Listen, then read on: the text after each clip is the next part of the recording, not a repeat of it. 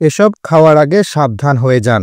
গরু, খাসির পায়া কিংবা নেহারি খেলে সত্যি কি ক্যালসিয়ামের ঘাটতি পূরণ হয়? না বুঝে খেলে হতে পারে বিপদ। শরীরের কোনো হাড়ে ব্যথা হলে বা বয়স বাড়ার সাথে সাথে অনেকে বলেন গরু বা খাসির পায়া বা নেহারি খেতে। যুগ যুগ ধরে আমাদের সমাজে প্রচলিত এই ধারণা হলো পায়া বা নেহারি খেলে শরীরের ক্যালসিয়ামের ঘাটতি পূরণ হয় এবং হাড় মজবুত থাকে। এই বিশ্বাসের উপর ভর করেই আমরা প্রায় আমাদের বাড়ির বয়স্ক সদস্যদের নেহারি খেতে উৎসাহিত করি। কিন্তু এই প্রচলিত ধারণাটি কি আসলেই সঠিক, নাকি এর পেছনে লুকিয়ে আছে বড় কোনো ভুল? আসলে বিজ্ঞানের দিক থেকে দেখলে ধারণাটি একেবারেই সঠিক নয়। আমরা নেহারি খাওয়ার সময় যে নরম জেলির মতো অংশটি উপভোগ করি সেটি মোটেও ক্যালসিয়াম নয়। ঘন্টার পর ঘন্টা ধরে রান্না করার ফলে পশুর পায়ের হাড়ের সংযোগস্থলে থাকা কোলাজেন নামক এক ধরনের প্রোটিন গলে গিয়ে জেলাটিনে রূপান্তরিত হয়। এই জেলাটিনই নেহারির ঝোলকে ঘন ও আঠালো করে তোলে। এর সঙ্গে হাড়ের কোনো ভেতরের নরম অংশ বা অস্থিমজ্জা মিশে যায়, কিন্তু অস্থিমজ্জায় কোনো ক্যালসিয়াম নেই, বরং সেটি এক ধরনের চর্বি। ফলে নেহারি খাওয়ার মাধ্যমে শরীরে প্রবেশ করে চর্বি, কোলাজেন ও জেলাটিন। আর এগুলোতে ক্যালসিয়ামের পরিমাণ এতটাই অল্প যে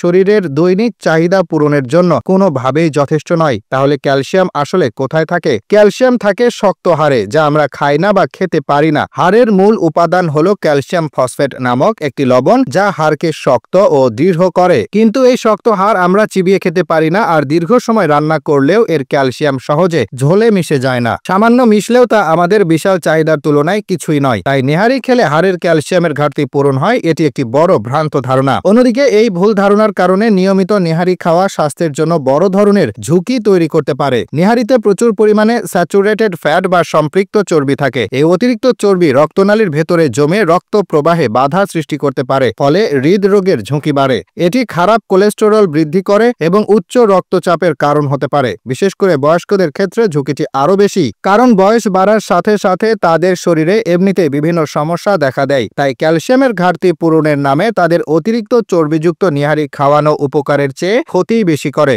তবে এর মানে এই নয় যে নেহারির কোনো পুষ্টিগুণ নেই। নেহারিতে থাকা কোলাজেন ও জেলাটিন আমাদের ত্বক, চুল ও অস্থির সন্ধি এর জন্য উপকারী। এটি জয়েন্টের নমনীয়তা বাড়াতে সাহায্য করে, কিন্তু একে ক্যালসিয়ামের উৎস হিসেবে ধরা একেবারেই অনুচিত। নেহারি একটি মজাদার খাবার যা মাঝে মাঝে স্বাদের পরিবর্তনের জন্য খাওয়া যেতে পারে, কিন্তু এটিকে স্বাস্থ্যকর খাবার বা কোনো রোগের মহা ঔষধ ভেবে প্রতিদিনের খাবারের তালিকায় রাখা বুদ্ধিমানের কাজ নয়। শরীরে ক্যালসিয়ামের সঠিক যোগান নিশ্চিত করতে হলে আমাদের নজর দিতে হবে আসল ক্যালসিয়ামের উৎসের দিকে। এর মধ্যে সবচেয়ে গুরুত্বপূর্ণ হলো দুধ ও দুধজাত খাবার, যেমন দই, ছানা, পনির। এগুলোতে প্রচুর ক্যালসিয়াম থাকে যা শরীর সহজেই শোষণ করতে পারে। এছাড়া গাঢ় সবুজ শাকসবজি যেমন পালং শাক, ব্রকলি, ধনেপাতা, এগুলো ভালো ক্যালসিয়ামের উৎস।